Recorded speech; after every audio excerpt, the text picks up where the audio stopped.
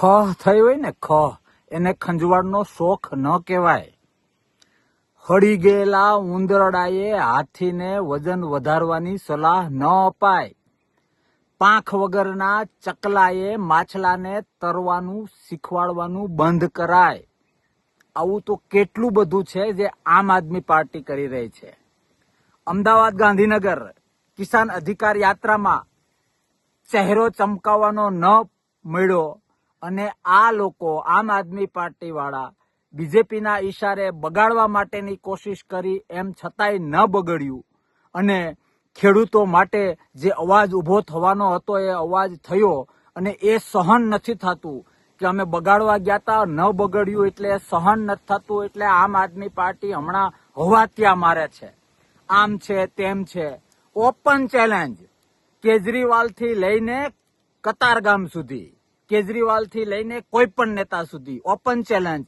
જો ખેતર પ્રત્યે, ખેતી પ્રત્યે, ગામડા પ્રત્યે, ખેડૂત પ્રત્યે, પરિશ્રમ કરનારા કોઈ વર્ગ પ્રત્યે તમે શું કર્યું એનો જવાબ તમારી પાસે હોય તો આવો.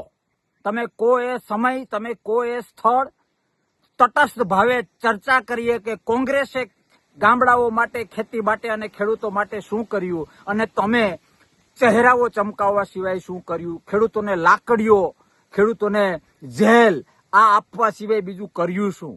અરે ખેડૂતોને હેરાન કરીને તમારે જે નકારાત્મક મહત્વાકાંક્ષાના રોગ રૂપે ચહેરા ચમકાવવાની આદત છે એ આદત ગાંધીનગરમાં ખુલ્લી પડી ગઈ છે. ખેડૂતો સામે તમે ભૂંડા લાગ્યા છો.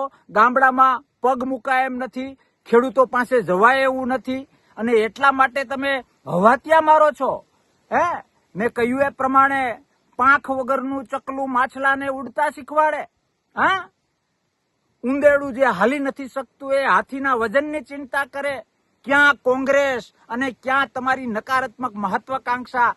શા માટે તમારા સ્વાર્થ માટે તમે ખેડૂતોને આ રીતે નકારાત્મક રીતે દોરવણી આપો છો? પાપ લાગશે. છોડો, આ બધી વાતમાં નથી પડવી. ઓપન ચેલેન્જ ખેડૂત માટે, ગામડા માટે, ખેતી માટે, પરસેવો પાડનારા વર્ગ માટે તમે આમ આદમી પાર્ટીએ શું કર્યું? માત્ર કર્યું તો બીજેપીના ઈશારે કોંગ્રેસના મત તોડવાના ધંધા કર્યા. હજી પણ એ કરી રહ્યા છો.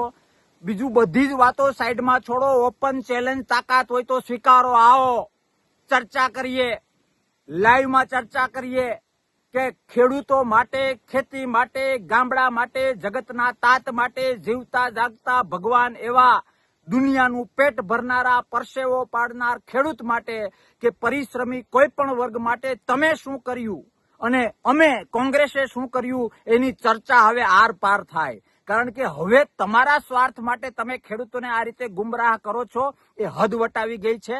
હવે સહન નહીં થાય. હવે દૂધનું દૂધ અને પાણીનું પાણી કરવું રહ્યું. તાકાત હોય તો જેટલો અભ્યાસ કરવો હોય એટલો કરી લો અને આવો, મારી ચેલેન્જ સ્વીકારો. બાકી ખેડૂતોને, ગુજરાતને ગુમરાહ કરવાનું બંધ કરો. લોકશાહી ઉપર ભાજપના ઈશારે કલંક બનવાનું બંધ કરો. જય જવાન, જય કિસાન, ખેડૂત એકતા જિંદાબાદ.